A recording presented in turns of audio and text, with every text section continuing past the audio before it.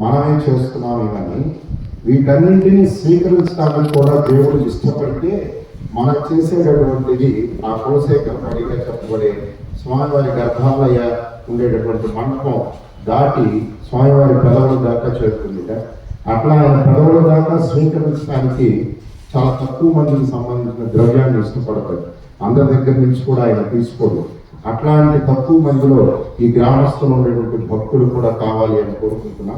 స్వామివారికి ఉండేటువంటి శక్తిని ఎప్పుడూ దోషం కాకుండా, అంటే దోషంతో ఇవ్వకుండా మనం చాలా ఆయన ఇష్టపడేటట్టుగా స్వామికి అందించేటట్టుగా ఇక్కడ కార్యక్రమ సరళి కూడా ఎప్పటికప్పుడు నిరూపణమానంగా చక్కగా జరగాలని మేము ప్రతిష్ఠ చేసినటువంటి ఆచార్యవర్గం తరఫున స్వామిని ప్రార్థిస్తూ, స్వామికి మీరు ఎప్పుడు అత్యంత చేరువులో ఉండటానికి, అంటే దేవాలయం లేనటువంటి వ్యవస్థ, దేవాలయం లేనటువంటి గ్రామం, అక్కడ కనుక స్వామికి ధూప దీప నివేదనతో కూడుకున్నారు.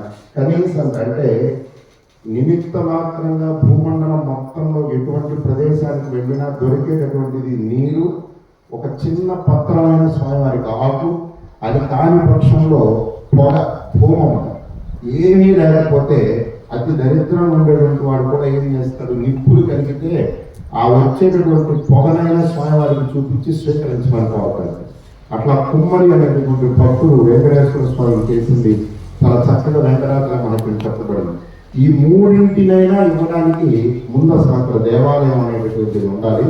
ఆ దేవాలయ వ్యవస్థని చక్కగా నిర్వహణ చేస్తున్న ఈ గ్రామ ప్రజలతో పాటు నిర్వాహకంగా ఉండేటటువంటి మమ్మల్ని తీసుకొచ్చి ఇక్కడ ప్రతిష్ఠ చేసినటువంటి మురళీధర్ రెడ్డి గారి కుటుంబీకులు, వారిని సహకరిస్తున్నటువంటి ఇక్కడ గ్రామస్తులు, దాంతోపాటు ఇక్కడ చేస్తున్నటువంటి కైంకర్యం చేస్తున్నటువంటి అర్చకులు, వీళ్ళందరికీ శ్రీవారి అనుగ్రహం ఉండాలని కోరుకుంటూ ఈ పవిత్రోత్సవ సాఫల్యత గ్రామానికి సహకరించిన వారికి, దాంతోపాటు నిత్యం స్వామిని దర్శనం చేస్తూ ఈ గ్రామం దేవాలయంలో సేవ చేస్తున్నటువంటి భక్తులందరికీ ఉండాలని శ్రీవారిని ప్రార్థన చేస్తూ నమో వెంకటేశ్వర.